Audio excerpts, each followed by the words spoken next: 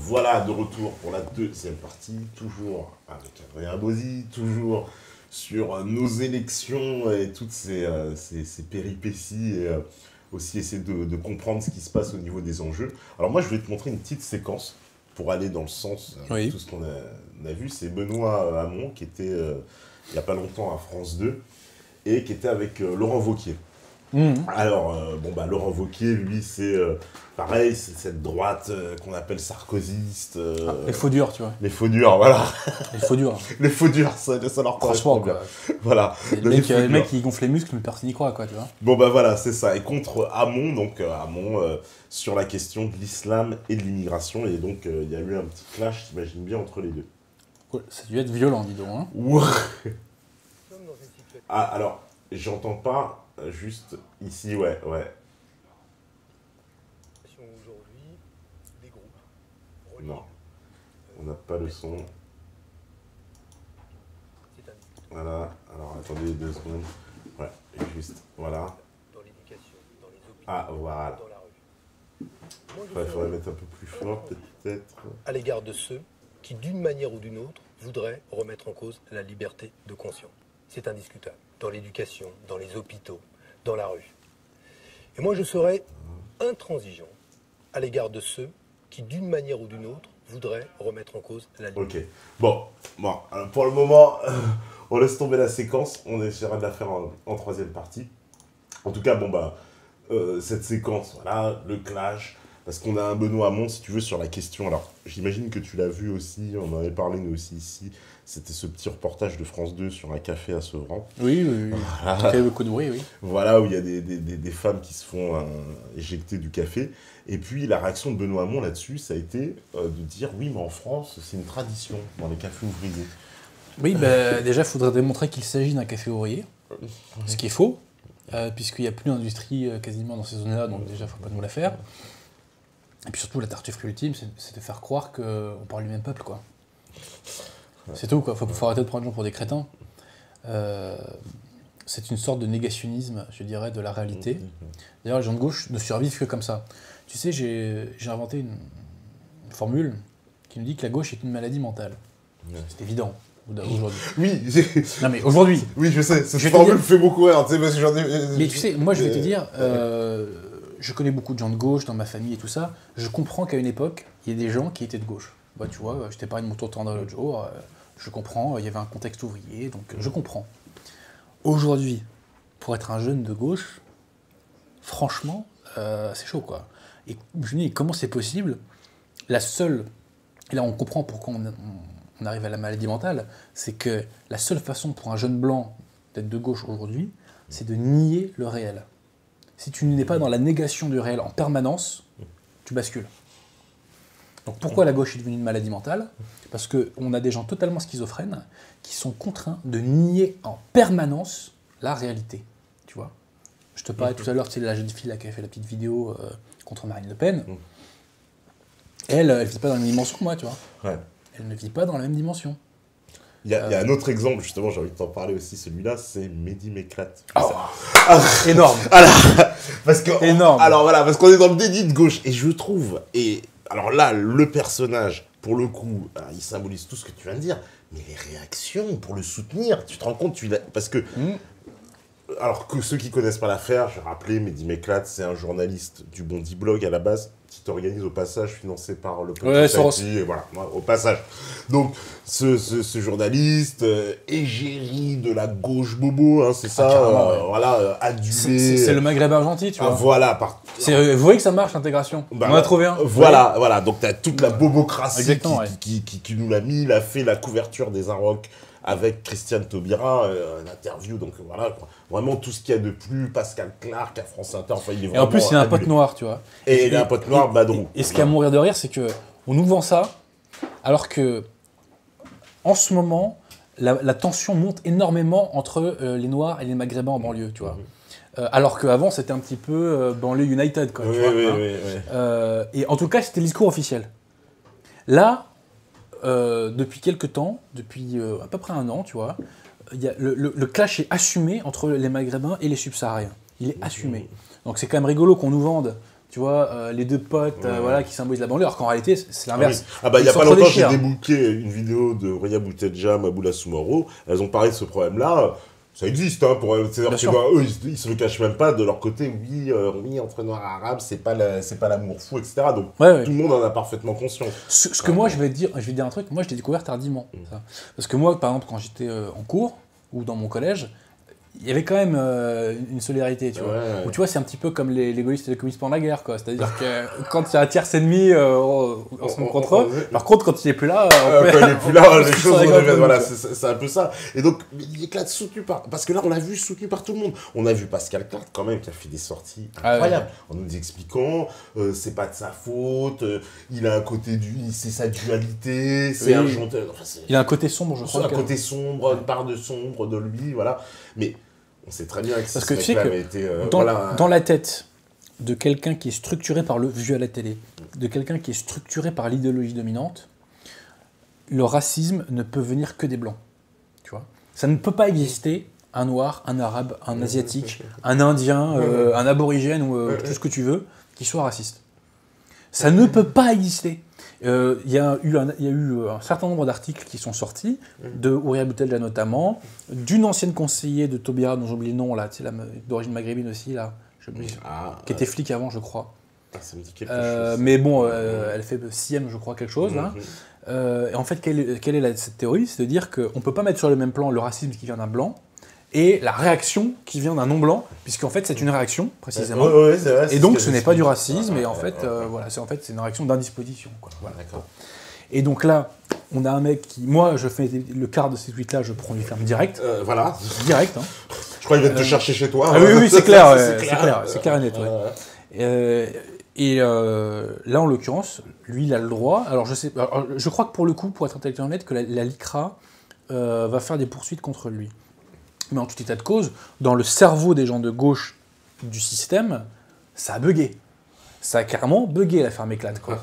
C'est vraiment... Et puis, c'est ça qui est rigolo, c'est que tu vois, c'est le mec qu'on nous présente comme étant le maghrébin gentil, cultivé, je sais pas quoi. Finalement, il a un discours que certains appelleraient d'extrême droite. Alors, ce qui est totalement caricatural de dire cela, mais j'emploie ce terme pour me faire comprendre, tu vois. Avec notamment des tweets assez antisémites, tu vois. Hein, donc, effectivement, tu vois, la réalité finit par rattraper toujours, malheureusement, heureusement d'ailleurs peut-être, même eux, si tu veux. Et tu vois, pour s'en sortir, Pascal Clark, on revient à ce que je t'ai dit, refus de la réalité. Non, il n'est pas raciste, hein. Il n'est pas antisémite, il a une pardon, tu vois. Il a une pardon, c'est tout. Voilà. Donc, le coup de la pardon, quand moi je me ferais pincer par la patrouille, je dirais que j'ai une pardon aussi. Voilà, c'est ça, parce que je les ai trouvés un peu cette bobocratie très indulgente, quoi. Tout d'un coup, c'est des pardons, la dualité. On a entendu les Arabes qui sont au début disculpés, ils ont dit on savait pas, en fait on a cramé qu'ils avaient menti. Enfin, c'est quand même. Tu sais, ce deux poids deux mesures, on le constate aussi avec Ouria Boutedja, qui sur la question juive va très très loin.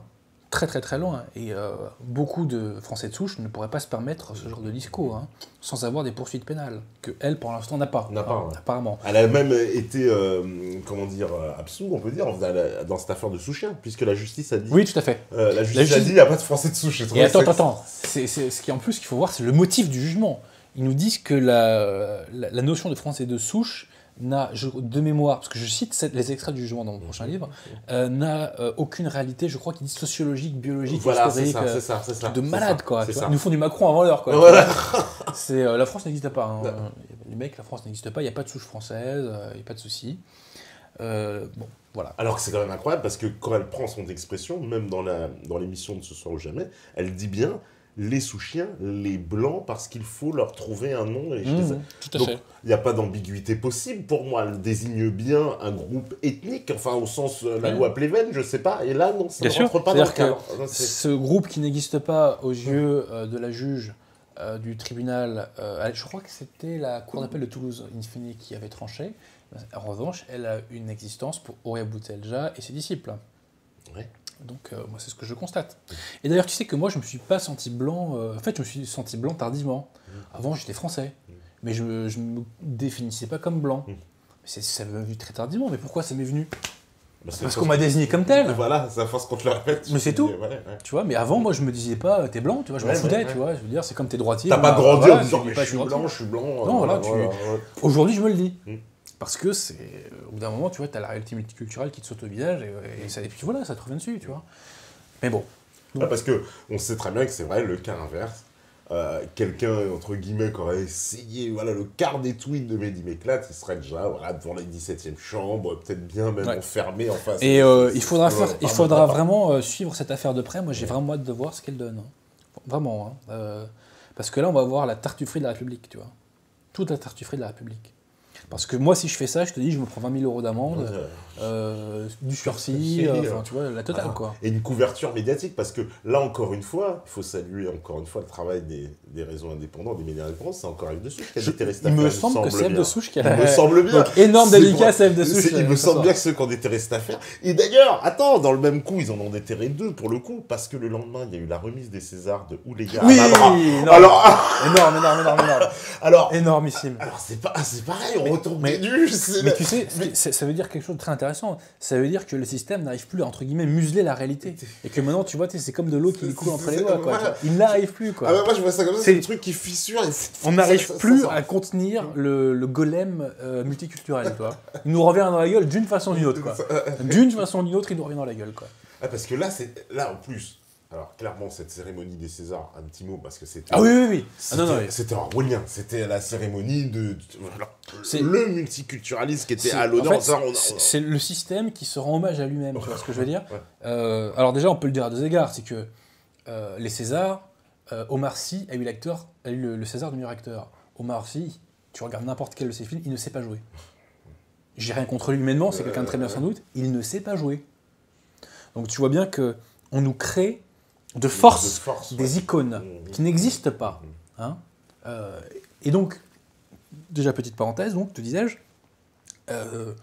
ça prouve que le système, encore une fois, est à bout de souffle, puisqu'il ne trouve plus les Gérard Depardieu, même les acteurs de la Passion, donc ça, même un Thierry Lhermitte, tu vois, même un Christian Calais, qui sont pas des buts de finesse, mais qui sont quand même des bons acteurs. Le système ne trouve plus ça. Hein. Kev Adams, on va pas faire arriver beaucoup de gens à Kev Adams. Hein. Bon. Donc, première chose. Et deuxième chose, il y avait le message politique des pseudo-rebelles. Donc, tu as eu monsieur, comment s'appelle, la Ruffin, c'est ça? Ouais, Ruffin. Qui nous a fait pleurer dans les chaumières. Merci, patron. Ouais. Avec son truc là sur les chômeurs, les ouvriers et compagnie. Bon, arrête d'être de gauche, après tu pourras parler de la question sociale. Moi, c'est ce que je pense en premier lieu. Ensuite, je crois qu'on a eu un truc sur, tu sais, Adama Traoré et sur Théo, mais ultra pathétique, tu vois. Tu sais, il y a un moment de malaise, quoi, au bout d'un moment, quoi. Bah, même au moment où il y a celle qui a eu alors, c'est le prix de comment dire, je crois que c'était la meilleure espoir. La meilleure rebelle. Alors c'était Ouléga Mabra, puis t'as il y a un petit côté discrimination positive. Ah bah, complètement. Et puis, le discours, alors on était évidemment dans le pathos, dans oui, ma mère m'avait dit, le cinéma... C'était pas pour les gens comme nous. Alors évidemment, c'est les gens comme nous, tu sais.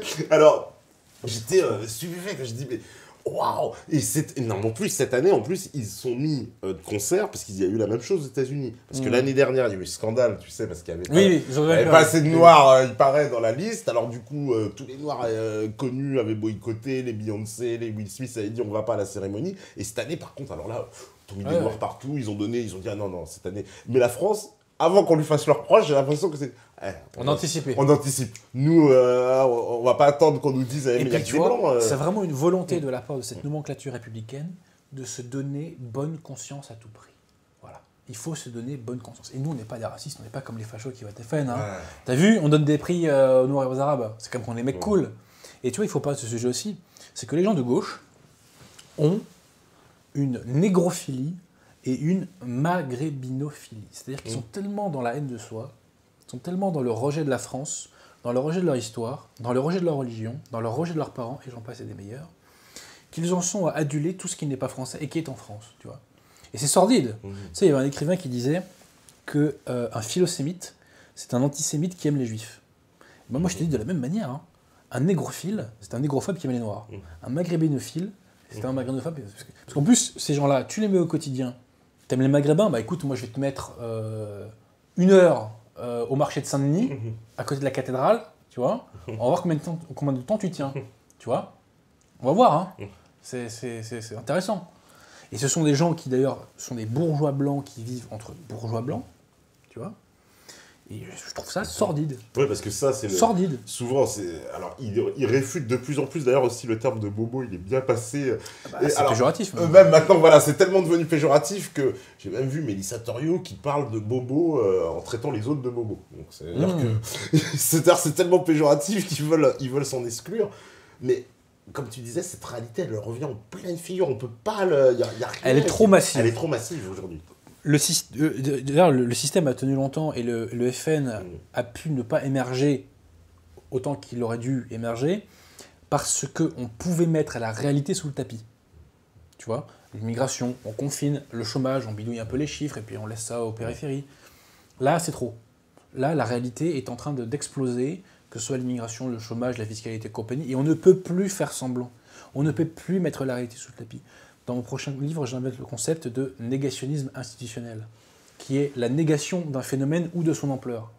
Et le système, au lieu d'accepter ses failles, ses erreurs, eh bien, depuis les années 70, est dans une négation. Il n'y a pas de grand remplacement, la mondialisation c'est heureux, etc., etc., etc., tu vois.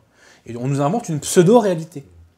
Et d'ailleurs, la nouvelle opinion publique, son rôle historique, c'est d'avoir détruit cette pseudo-réalité qui nous est vendue par le système.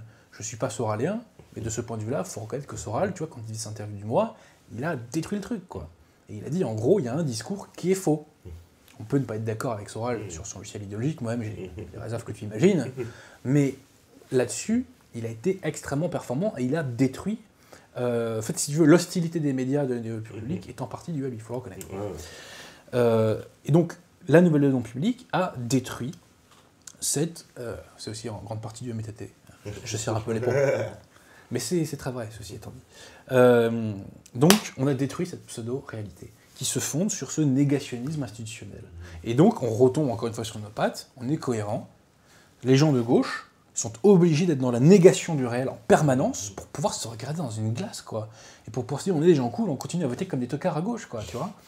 Et donc, on arrive à cette maladie mentale.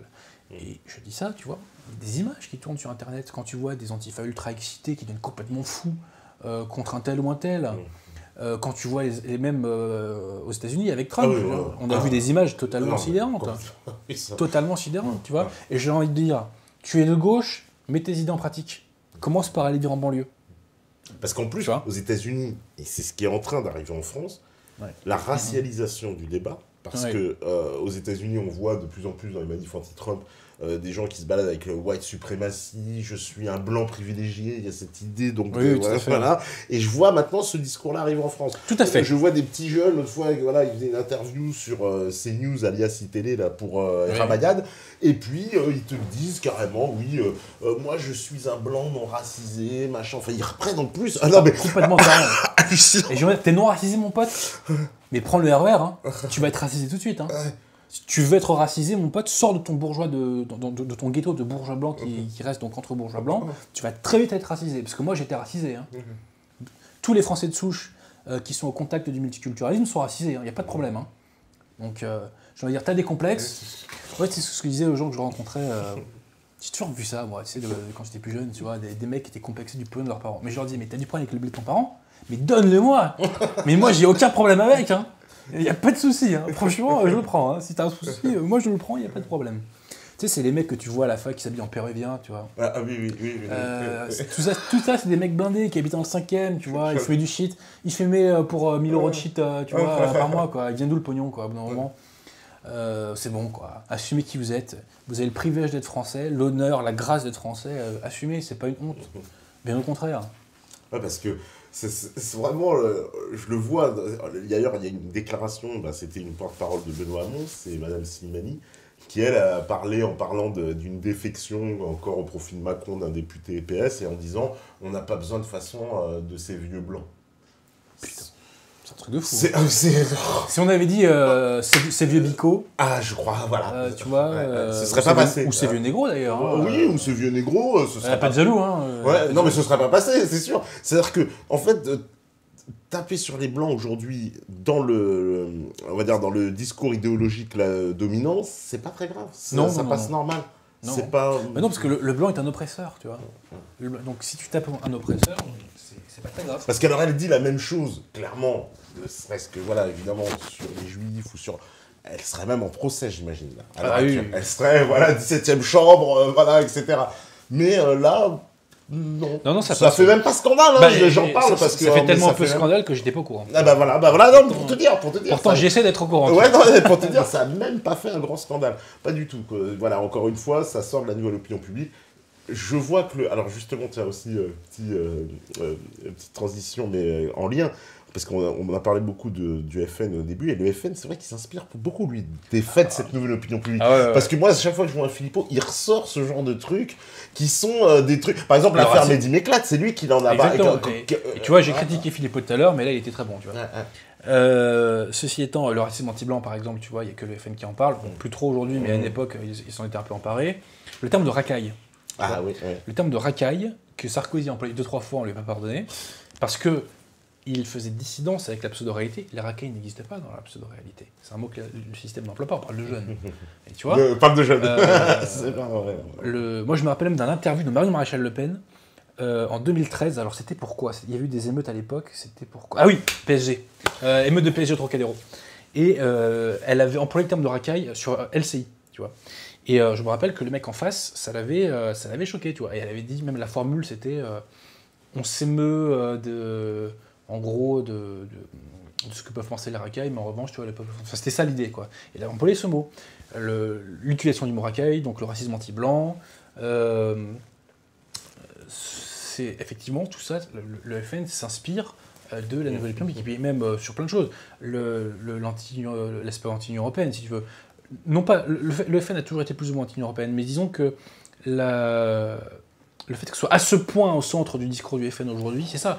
Il y a 5 ans, Marine Le Pen a parlé de la fameuse loi de 73. Ça vient de la nouvelle opinion publique aussi. Voilà, j'espère que demain, la nouvelle opinion publique va aller davantage sur mon logiciel et que le FN s'en inspirera, tu vois. Ça serait beau. Ça serait beau. Mais ils seront obligés, ils sont complètement en face quand même, quoi. Ils écoutent parce que même une sortie, par exemple, comme Philippot face à Valls à l'époque où il lui sort Miguel Blancos, je suis éternellement attaché à la France. Là, c'était le mec de la nouvelle opinion publique qui ont complètement. C'est celui qui a. Ça a été fait d'ailleurs afin d'être vu et revu sur YouTube. Sur YouTube, parce que. Petite parenthèse, depuis il est moins bon sur YouTube, Philippot. Hein. T'as vu sa chaîne? Ouais, j'ai vu sa chaîne, Pas très spontané quand même, hein. Oui, moi, le coup de la tasse et tout ça, là, enfin bref. Moi, quand je vais mettre ta TV, tu vois, j'ai pas... Bon, il y a du vrai thé dedans, je précise. Non, c'est pas grave, c'est pas grave. Je précise, mais bon. Mais grosse dédicace à la chaîne YouTube de Florent Philippot. De Florent Philippot. Il est vachement, en plus, parodié, en plus, hein, dans les médias à cause de ça, mais bon. C'est du gâteau pour ses adversaires. C'est le prix du succès.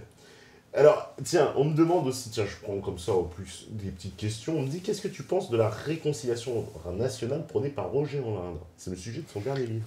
Je n'ai pas lu son bouquin, tu vois, mais la réconciliation nationale, si on entend par là le maintien en France d'une masse qui est en gros entre 15 et 20 millions d'extra-européens, je pense qu'à terme, c'est pas viable.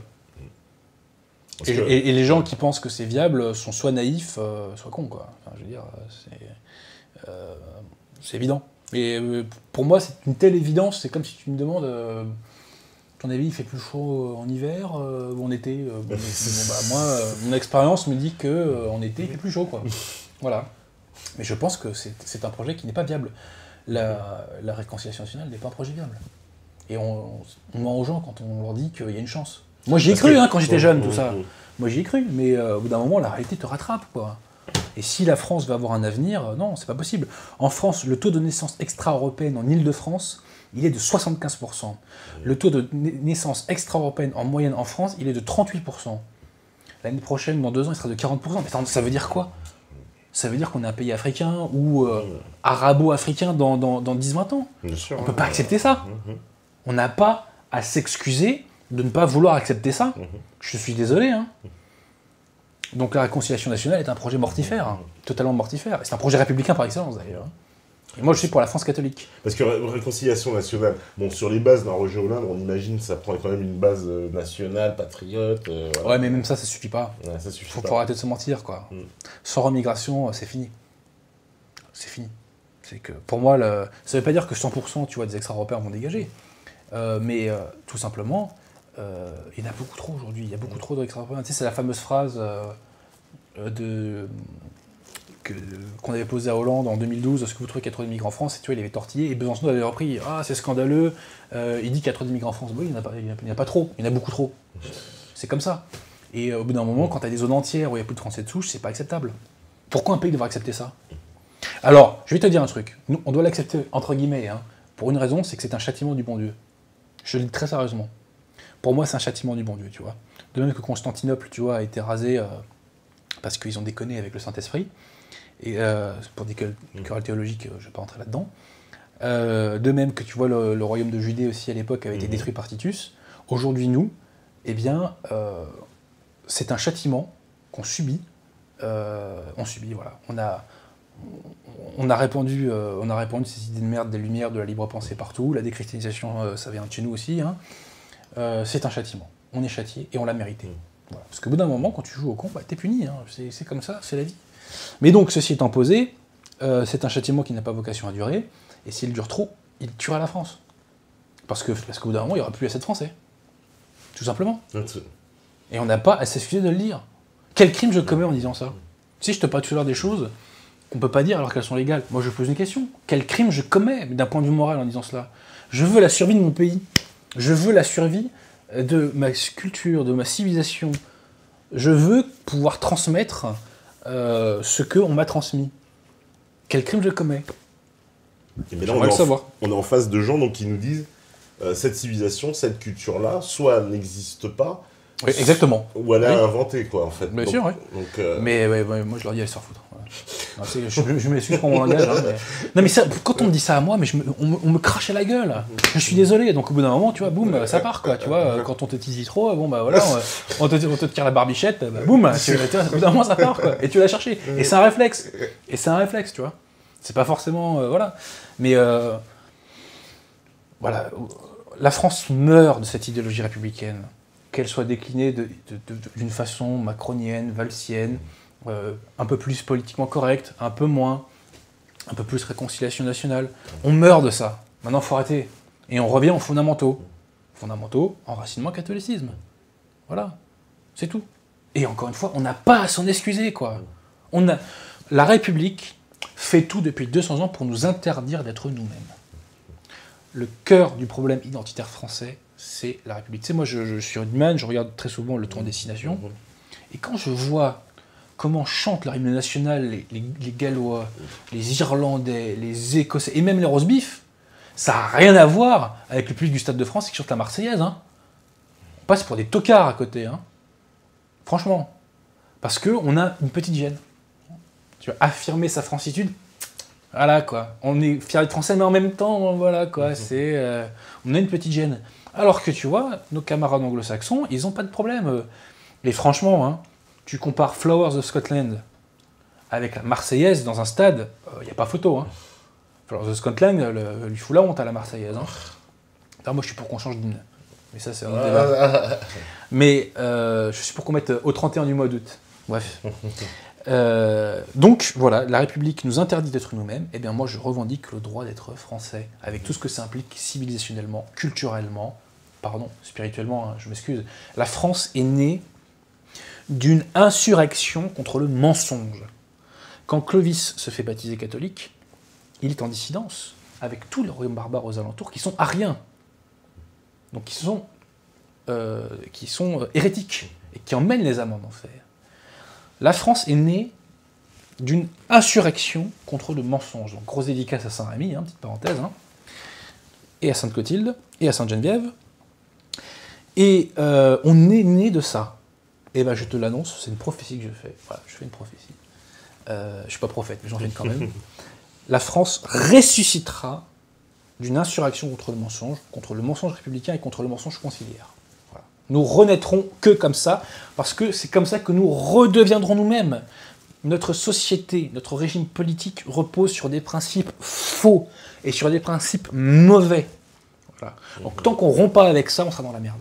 Voilà. Ça, c'est une petite dédicace à M. Asselineau, parce que c'est bien de sortir de l'Union européenne, mais tant qu'on ne remet pas les bonnes valeurs à la base de la société, et c'est ça la différence entre les hommes de droite et les hommes de gauche, c'est que nous remettre des valeurs différentes à la base de la société, et bah, au final, la France finira toujours par être dans la merde. Tant qu'il n'y a pas les bons principes qui sont restaurés, ça ne sera pas la peine d'espérer grand-chose. Hein. Et la République trouvera toujours un truc pour nous foutre la tête sous l'eau. Voilà. Parce que la République, elle va tout faire pour survivre. Quand même. Elle fera tout pour survivre, mais comme je te l'ai dit, la réalité, au bout d'un moment, va la rattraper. Et les gens qui sont là et qui tiennent le système, au bout d'un moment, ils vont dire, bon, bah, entre notre peau et... je ne dis pas quand débuter, mais je dis que la société est en train d'imploser. Ce qui caractérise la France aujourd'hui, c'est la décomposition de la société, c'est la destruction totale du lien social. La France tient encore un petit peu, concrètement, parce qu'on fait 2000 milliards de PIB et qu'on redistribue un max.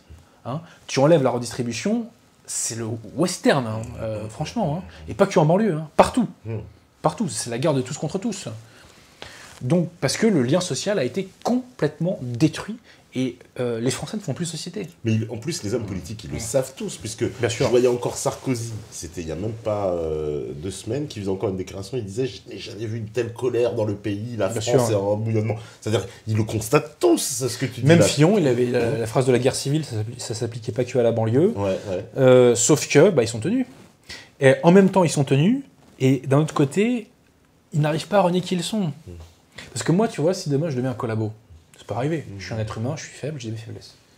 Si je deviens un collabo, bah, je collaborerai, mais tu vois, quand il s'agira de faire, je dirais, rétropédalage, bah, j'aurais du mal physiquement. Je me suis tellement, si tu veux, rallié à un autre moule, tu vois, qu'au bout d'un moment, c'est contre nature. Mais cette contre nature, bah, elle t'a imprégné. Elle t'a imprégné, tu vois. Donc il n'arrive pas. Et tu vois, Hollande, le bouquin qu'il a fait avec les 2 journalistes, ce qui est très intéressant, c'est qu'on voit que sur les constats, il est très proche de ce que je te dis, mais qu'il n'arrive pas à se décoller de son logiciel de merde. Républicain, mais c'est souvent le cas, socialiste. justement, pour des hommes politiques, des fois de haut niveau, qui te font des analyses où on voit bien qu'ils ont compris certaines choses, ça et prouve qu'ils sont pourtant, ils coupables. n'arrivent pas à aller au fond. Ça veut dire qu'on ne peut même pas leur faire le crédit de la bonne foi, tu vois. Ils sont d'autant plus coupables. C'est-à-dire que t'as compris, t'es au courant, et tu fais rien. Mais t'es un traître. Tu laisses ton peuple crever, quoi. Tu laisses ton pays se détruire. Mais c'est de la pure trahison. Et après, c'est Pétain le collabo, tu vois. On rigole, hein. Franchement, on rigole. Hein. Bon. Parce que lui, il les a pas fait venir, les Allemands. Hein. Je précise. Si les gens veulent... Faire des parallèles. Faire des parallèles. Tu sais, c'est toujours le concept d'Auguste Rodin, le sculpteur. Je crois que je te l'ai déjà dit ici. Rodin, des fois, il faisait des statues où la statue faisait un geste et c'était au spectateur de terminer le geste. Donc moi, c'est pareil, il faut poursuivre des fois ma pensée. Mais bizarrement, les gens le font spontanément et ils comprennent où je veux en venir. Comme quoi, bon, ils font des constats relativement identiques. Donc en tout cas, il y a des choses qui sont en train de bouger de ce côté-là. Alors, on me demande, est-ce que Asselineau peut faire un score honorable aux législatives ? C'est plus compliqué parce que les législatives, il faut beaucoup de pognon, hein, quand même. Hein. Il faut beaucoup de moyens, ce serait compliqué. Mais remarque qu'avec un bon score au présidentiel, avec un bon pourquoi score, pas, il y aura une bonne dynamique. Il peut être propulsé, mais moi je te dis, Asselineau, je pense qu'il peut faire un bon score. Franchement, ne serait-ce que parce que tu vois, il rappelle les hommes politiques des années 90 un petit peu, qui ne faisaient pas rêver, mais qui avaient un peu le décorum, entre guillemets, tu vois. Donc non, Asselineau, je pense avec, que... on va dire, un peu plus de hauteur dans les débats. Il n'y avait pas trop de casse-toi pauvre con, avec Carla c'est du sérieux, ou de je suis fier d'être Bilal, je sais plus je suis fier d'être, Bilal Hamon. Oui, voilà, je sais pas quoi, tu vois. Bon, voilà, quoi, c'est... Le système a plus le niveau, c'est encourageant. C'est très encourageant. Alors, on me demande aussi, que pensez-vous de la politique étrangère de la France qui amène de surcroît une tension entre les communautés dans notre pays ? C'est pas la communauté, déjà ce n'est pas la politique étrangère de la France, c'est la politique étrangère de la République. Et ben je pense que, par définition, c'est pas une politique qui est faite pour défendre les intérêts de la France. Quel était l'intérêt de la France d'aller détruire la Syrie ? La Libye, sachant que les migrants, c'est lié aussi à cette situation-là. Bien sûr. Donc c'est complètement... Et Kadhafi l'avait dit, je sais que... Il l'avait dit, mais l'Europe est complètement folle de s'attaquer à moi, parce que si vous détruisez la Libye, vous allez vous déverser des millions d'Africains chez vous. C'est les mots de Kadhafi, hein, c'est Kadhafi qui le dit, qui le disait. Tu sais, c'est cette fameuse phrase de l'Action française à l'époque qui nous disait que la République est le régime de l'étranger. Bon bah oui, voilà. D'un moment, on a été... En fait, Sarkozy passe pour un dur à côté, tu vois, en politique étrangère. Parce qu'avec Hollande, on a atteint le paroxysme de l'atlantisme. Sur la question ukrainienne, sur les sanctions russes, sur la Syrie. Il en est fier en plus de ce qu'il a fait en Syrie. C'est incroyable. Dans le bouquin dont je t'ai parlé, là, avec les journalistes, il en est fier, quoi. C'est complètement fou. Enfin bref. Donc, on est allé au paroxysme de l'atlantisme. Et ce qui est intéressant, c'est que si tu prends aujourd'hui les grands candidats, en gros, tu n'as que Macron qui est vraiment officiellement ultra-atlantiste. Hein. Parce que même Hamon, si tu veux, sur le conflit israélo-palestinien, il est officiellement pro-palestinien. Marine Le Pen est pro-russe, François Fillon est pro-russe. Donc là, tu vois, l'atlantisme du plomb dans l'aile. Ouais, il n'y a plus que... En fait, Macron, autour de lui, il sacrétise tout. Quoi. Bien sûr, c'est le dernier espoir des mondialistes. C'est le dernier espoir, donc il y a la banque, il y a le mondialisme, il y a la finance. Effectivement, les positions pro-américaines, pro-UE, enfin, il a tout avec lui. Il insiste énormément dans ses discours sur l'Europe, hein, Macron. Ah, oui, complètement. Et même dans son discours à Lyon, le fameux, là, le public se met à gueuler, très spontanément, bien sûr, hein, Europe. Une bande de Mongoliens, quoi. Une bande de Mongoliens, quoi. Franchement, je vais te dire un truc. Quand tu regardes un discours de George Bush ou de Trump, et quand t'as le public qui fait USA, ça dégueule, tu vois. Franchement, chapeau, les Américains. Mais quand t'as des bouffons qui font Europe comme des cons. Et si encore c'était pour louer la vraie Europe, le continent, les nations, ok. Mais là, c'est cette technocratie de merde. Mais vous êtes des bouffons, les mecs. Quoi. Mais est-ce que vous vous en rendez compte, quoi? Tout le monde se fout de votre gueule, quoi. Enfin bref. Non, parce que ça, c'est comment dire, on a vu dans les congrès, les meetings de Macron, on sait qu'aujourd'hui, les mecs sont plus ou moins payés. Alors, évidemment, pas directement, mais en nature, on leur offre apparemment des soirées, des machins, des trucs. Et puis, ils reçoivent tous des petits textos pour s'exprimer quand il faut. Bah, justement, là, vous dites Europe, là, vous dites machin. Ouais. Et donc, tout est bien. Voilà, je crois que même le quotidien de Yann Barthès l'a balancé, ça. Ah oui, d'accord. Il me semble qu'ils avaient même montré les textos et tout ça, ouais. D'accord. Mais bah oui, écoute, c'est du storytelling à 2 balles, quoi. Ouais. Mais sauf que tu vois, comme je te l'ai dit, c'est fondé sur du vent, parce que derrière Macron, il n'y a pas de solidité. Il y a un personnage qui est relativement, si tu veux, pas beaucoup d'épaisseur, Macron, quoi. Hein. Pas beaucoup de vécu, pas de logiciel idéologique singulier, un parcours, bon, qui est ce qu'il est, tu vois. Il est monté, c'est très bien, bravo. Mais pas beaucoup de légitimité. Comment tu veux fonder des choses solides là-dessus? Parce qu'il n'a pas d'assises, clairement. Non, il n'a pas d'assises. Parce qu'il n'a pas d'électeurs, il ne s'est jamais fait lire dans une élection, donc il n'a jamais été confronté clairement au scrutin du public. Enfin, Macron, il est arrivé... Et puis tu sais, je vais te dire un truc, la France est un pays de vieux. Moi, j'imagine pas tous les plus de 50 ans voter pour un mec qui a 10 ans de moins. Je peux me tromper, hein, mais je pense que ça va... Franchement, Macron, vraiment, hein, moi, je n'y crois pas une seule seconde à ce qu'il soit au deuxième tour. Je pense qu'on aura plutôt un deuxième tour, Fillon. Après, on sait jamais. On sait jamais, mais ouais. Je suis pas prophète. Ouais. Hein. Mais est-ce que aussi, tu vois comme dans ce qui se passe là, dans les soupçons de complot, alors pour une fois, c'est ça qui est bien, parce que c'est pas nous les complotistes. Ah oui, c'est ça. C'est eux qui arrêtent pas de dire des complots, le complot russe sur la campagne, le complot russe et compagnie. Mais moi, ce que j'observe, c'est que on s'acharne sur Fillon, on le fait dégager, on s'acharne sur Marine Le Pen, puis pareil... Bon, il y a un côté un peu on traîne dans la boue, parce que les affaires pour lesquelles elles sont poursuivies, c'est un peu léger. Totalement dérisoire. Quand on connaît toutes les casseroles de la République... Voilà, c'est ça. C'est un truc de fou. Elle est poursuivie pour le tweet de Daesh. Alors là, ça a tombé par terre, quoi. Donc là, l'espèce de... C'est du foutage de gueule. Son assistante, qu'on nous dit, oui, mais c'est son assistante, mais on sait pas si elle a travaillé assez pour le Parlement, mais en même temps...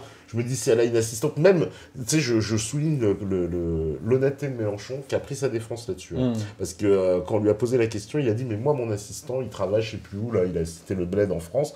Et même, la journaliste lui dit, ah bon, mais alors, vous êtes comme Marine Le Pen? Et après, il a très bien répondu, il a dit, mais attendez, l'Europe, la France, c'est où? C'est en Europe, non? Faut arrêter les conneries, quoi. Bon, donc, il travaille pour moi, il travaille pas. Mais par contre, personne n'est venu lui chercher des noises pour les propos, et je crois pas que l'Union Européenne va dire à lui chercher des noises. Mais c'est pour dire que c'est un peu léger tout ça, quoi, ce qu'on retrouve contre quoi. Et j'ai l'impression qu'on est juste là pour dégager la route pour Macron, quoi. C'est vraiment que ça. Les gens, globalement, ne sont pas dupes.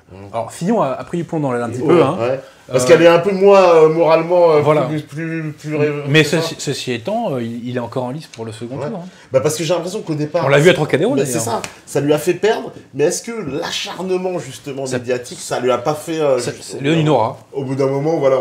Ça peut lui donner une aura, oui, tout à fait. Parce que j'ai vu des électeurs de Fillon qui étaient fâchés contre les médias. Hein. Quand ils sont venus, les médias se sont fait insulter, littéralement. Mais qui n'insulte pas les médias? Qui s'insulte plus les médias, ouais. Tu sais, je me rappellerai toujours...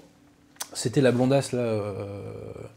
je me permets d'employer ce terme parce que je pense qu'elle se résume plus ou moins à cela. Hein. Sinon, je ne me serais pas permis. Qui est chez Ruquier, là. Valérie Burgaf. Et elle dit un jour à Mélenchon, les journalistes, mais nous sommes le contre-pouvoir. Vous critiquez tout un journaliste, monsieur Mélenchon, mais nous sommes le contre-pouvoir. Non, tu es le relais de l'idéologie dominante. Donc tu es le relais du pouvoir. Enfin, comme que tu en aies conscience de 3 minutes quand même, cher ami. Hein. Tu es le relais du pouvoir. Et les journalistes sont mal aimés aujourd'hui. Pourquoi ? Parce que le pouvoir est mal aimé. Le pouvoir est mal aimé parce qu'il détruit la France. Et donc, comme les journalistes relaient ce qui nous détruit, ils sont mal aimés. C'est mécanique. Mais si demain les journalistes, si tu veux, font un bon boulot, ils seront aimés. Ils seront aimés à nouveau. Ouais. Point barre. Tout simple, ouais. C'est tout. Parce que là, pour le moment, c'est vrai qu'il y a une défiance. Alors, ils n'arrêtent pas de parler de ça. Ils disent, oui,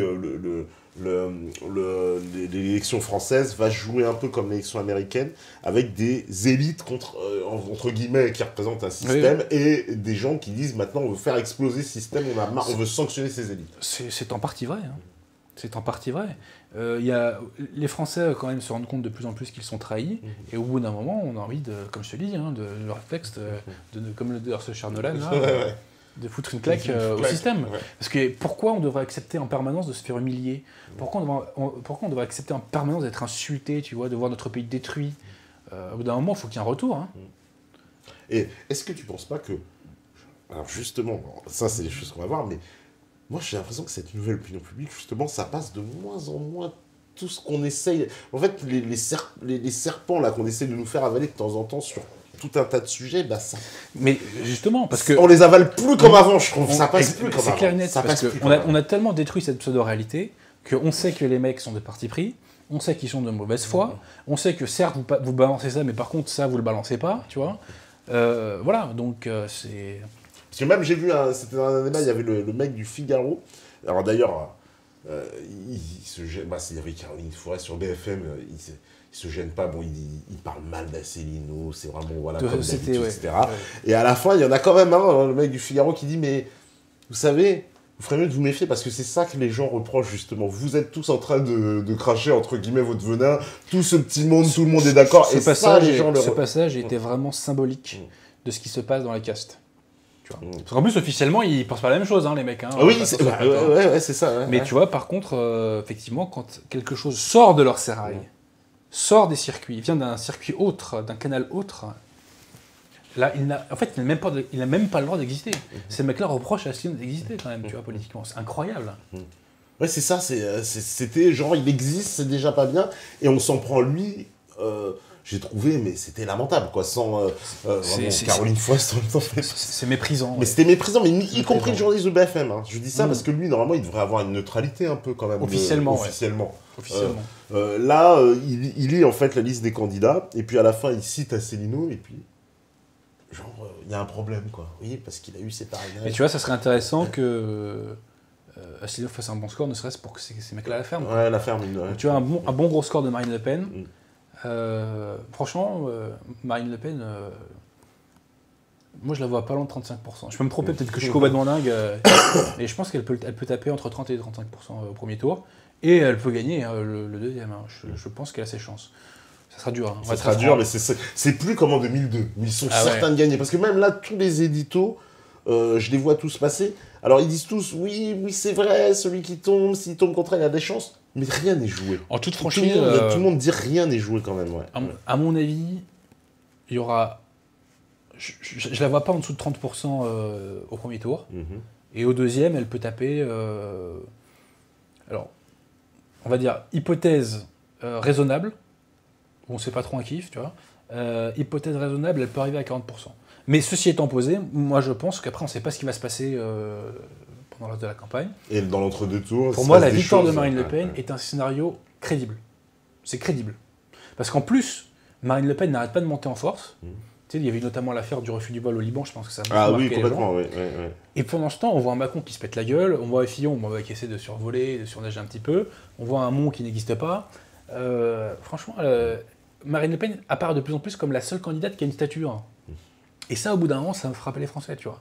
Donc moi, je pense que la victoire de Marine Le Pen est une hypothèse parfaitement crédible. Ouais, parfait. Bah, en tout cas, elle est bien prise en compte par tous les médias étrangers, et en France y compris, où on prend pas ça à la légère, quoi, disons. On prend plus ça à la légère.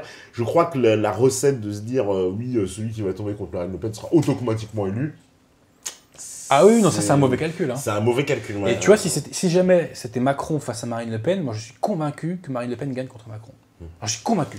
Ouais. Bah, moi, j'ai le même sentiment parce que, en plus, une Marine Le Pen contre Macron, quelque part, ce serait vraiment, le choix serait très clair. Là, on a vraiment, pour ceux qui parlent de choix, là, vraiment, on aura un choix politique. Entre le projet de Marine Le Pen et le projet de Macron, ils sont aux antipodes. Je vais te dire, pour moi, c'est une folie de la part du système que de vouloir détruire la candidature Fillon. Parce que pour moi, Fillon, aujourd'hui... C'était le meilleur...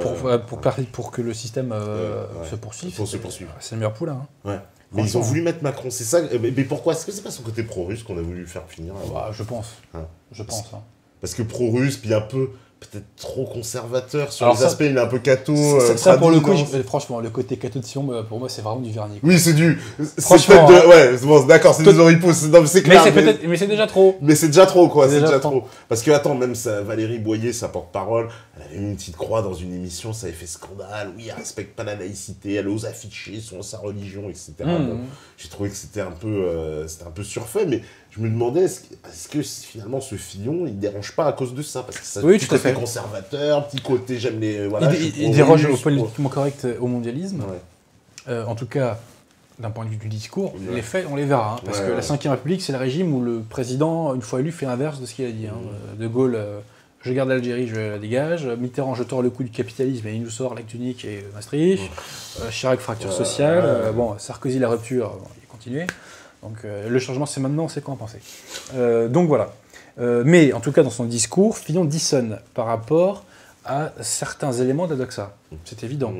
Et comme a priori, on veut conserver le moule mondialiste aussi pur que possible, et oui, effectivement, on le tacle. Mais effectivement, dans l'affaire Fillon, je crois que ce qu'il faut retenir, c'est cette espèce de nouveau Yalta qui va se faire dans les années à venir. Tu vois. Et voilà, le Fillon, il est pas tout seul, il est soutenu par un certain nombre de députés UMP, il y a des gens de l'oligarchie qui sont avec lui, donc c'est quand même pas inintéressant, ça. C'est pas inintéressant. Et est-ce que cette ligne Fillon, on décrirait espèce de libéral conservateur, est-ce que c'est pas un peu intenable, justement, à droite, entre ces gens qui veulent, en gros, je caricaturais volontairement, une mondialisation économique, qui sont plutôt favorables, mais qui veulent un patriotisme culturel. Bien sûr, oui, puisque...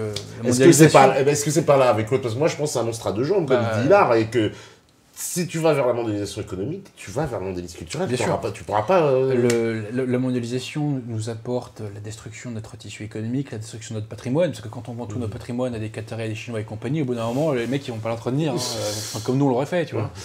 La mondialisation, c'est aussi l'américanisation, tu vois, donc bien entendu que c'est contradictoire. Le problème du mot libéral, si tu veux, c'est que personne n'en a la même définition. Le mot libéral, c'est pas la même chose dans la bouche de Benjamin Constant, de Milton Friedman, de Monseigneur de Lassus, de Jean-Luc Mélenchon. Donc moi, j'ai un peu des réticences à l'employer. Après, je vois, en fonction des autres, ce que ça veut dire, mais tu vois, par exemple, moi, je suis d'un point de vue théologique antilibéral, mais d'un point de vue de l'économie, moi, je suis pour qu'on donne de l'air aux entreprises, donc on va me qualifier de libéral, tu vois. Donc voilà, c'est un terme que j'évite et puis en plus, un maximum d'employer. Oui, parce que c'est un peu compliqué, parce que le libéralisme, on peut le comprendre comme justement la liberté d'entreprendre, mais ce qu'on vit aujourd'hui qui est appelé libéralisme, c'est tout sauf du libéralisme. Quand c'est des grandes entreprises monopolistiques, c'est pas du libéralisme. L'entrepreneur en France et le patron en France sont persécutés. C'est clair. Moi, je suis avocat en droit du travail, je suis technicien au quotidien du droit du travail, je dis l'employeur et l'entrepreneur sont persécutés. C'est clair. Juridiquement, fiscalement, ils sont persécutés. D'accord. Fillon, il parle un peu à ces gens-là d'ailleurs, parce qu'il dit que mais ça leur parle pas assez. Sincèrement, encore, moi j'aurais beaucoup de choses à dire sur ces sujets-là. Ouais. Beaucoup de choses à dire, parce que c'est capital. Puisqu'il faut aussi qu'on soit un peuple d'individus indépendants. Donc il faut un minimum de salariés et il faut un maximum de personnes qui vivent de leur société. Tu vois, c'est extrêmement important. Ce qu'on ne t'apprend pas à l'école. À l'école et à l'université, on te forme pour trouver un job. Moi, je ne veux pas qu'on trouve des jobs. Moi, je veux qu'on crée nos entreprises, qu'on crée nos sociétés. Tu vois. Bon. Et donc, il y a énormément de choses à dire à ce sujet. Les grands sujets ne sont pas traités dans ces élections. L'immigration, on n'en parle pas. L'identité, on n'en parle pas. La décristianisation, on n'en parle pas. L'avortement, on n'en parle pas. Et la persécution des professions libérales, on n'en parle pas. Tu vois ? Alors, ils disent tous qu'ils sont pour supprimer le RSI, on est d'accord. Oui, ok, on remplace par quoi? On fait comment? Pourquoi on l'avait pas fait plus tôt? Voilà, moi, c'est des questions que je pose. Et puis, le truc que vous mettrez à la place du RSI, est-ce qu'on est certain que ça nous coûtera moins cher? Parce que, une petite parenthèse, tant qu'on a cette masse de Suédois en France, il faut acheter la paix ethnique. Tant qu'il faut acheter la paix ethnique, qui nous coûte sans doute autour de 100 milliards par an, on ne peut pas baisser les charges et les impôts. Ce n'est pas vrai. C'est un mensonge. Donc en France, si tu parles de fiscalité sans parler d'immigration, t'es un mythomane. Parce que tu peux pas baisser l'un sans l'autre. Et alors, tous ceux qui te disent l'immigration, ça rapporte de l'argent. Bah, j'ai dit comment? Non, mais moi je pose la question, comment? Tu vois? Officiellement, c'est même pas 10%, je crois, de l'immigration qui est l'immigration de travail. Donc ça veut dire que les 90% restants ne travaillent pas. Donc ça veut dire qu'ils sont à la charge de la société française. Point. C'est tout. Attends, j'ai même lu un article qui est sorti il y a pas longtemps, il m'a dit que les migrants étaient plus diplômés que les Français. Oui, oui, bien sûr. Ils étaient plus intelligents aussi, sans doute. Sans doute, on va faire la pause, justement. Si la hygiène est prête, c'est normal, c'est bon. Et ben on fait la pause et on revient après sur Metapoids TV.